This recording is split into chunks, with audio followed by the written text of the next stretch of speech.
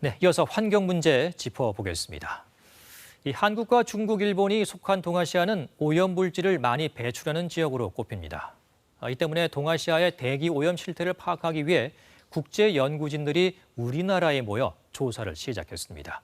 먼저 기후위기 대응팀 이정훈 기상전문기자가 전해드립니다.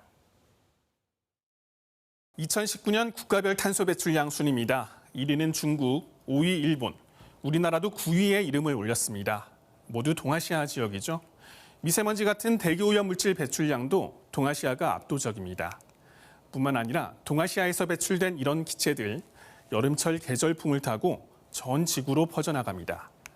여름이 되면 지구의 지붕으로 불리는 티베트 고원이 뜨겁게 데워지는데 오염 물질들이 이 더워진 공기에 실려 성층권까지 올라간 뒤 전 지구로 확산하게 되는 겁니다. 대표적인 오염 물질로 오존이 있습니다. 성층권에서는 자외선을 차단하는 착한 물질이지만 우리가 숨쉬는 지표 부근에서는 건강을 위협하는 물질로 바뀝니다. 나쁜 오존은 특히 동아시아에서 증가세가 뚜렷한데요. 우리나라도 서울 기준 오존 농도가 최근 20년 동안 2배나 증가했습니다. 나쁜 오존은 인체뿐만 아니라 지구 건강에도 악영향을 줍니다. 오존은 이산화탄소와 메탄 다음으로 온실 효과가 큰 물질이기 때문입니다. 하지만 눈에 보이지도 않는 데다 얼마나 심각한지 제대로 관측된 적이 거의 없습니다. 6년 전 미세먼지 관측을 위해 우리나라에 온 미 항공우주국 나사의 연구진들이 이번엔 고고도 관측기를 타고 다시 방한했습니다.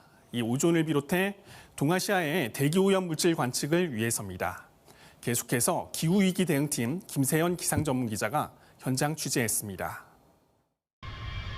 미사일 모양의 관측 장비를 탑재한 특수 항공기가 오산 비행장에 착륙했습니다. 미 항공우주국 나사의 연구용 항공기입니다. 동아시아 상공의 오염물질 관측을 위해 나사를 비롯해 전 세계 연구진 80여 명이 입국했습니다. 6년 전 한미 대기질 공동조사를 통해 국내 미세먼지 원인을 밝혔던 나사. 이번에는 관측 범위를 넓혔습니다.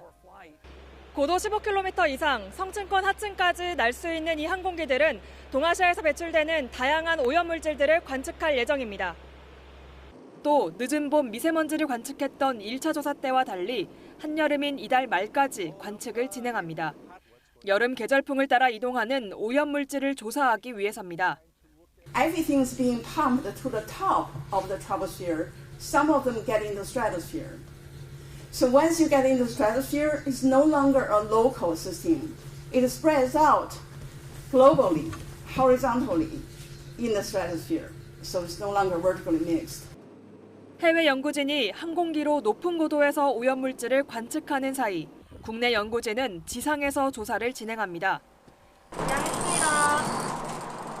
지상부터 상공 30km까지 오존을 관측하는 실험 장비, 존대가 하늘로 날아오릅니다. 고도에 따라 기후변화에 따른 영향이 달라 다양한 높이에서의 관측이 필요하기 때문입니다. 이렇게 관측된 자료는 2년 전 발사된 천리안 환경위성의 정확도를 높이는 데도 활용됩니다. 미국에 이제 고고도 비행기가 들어왔을 때 오존을 관측하기 때문에 상호 비교를 해서 정확도를 검증한 후에 배포를 하려고 하고 있고요. 이번 협력 연구 이후에도 국제연구진은 2024년에는 겨울철 미세먼지 원인 조사도 계속 이어갑니다. KBS 뉴스 김세연입니다.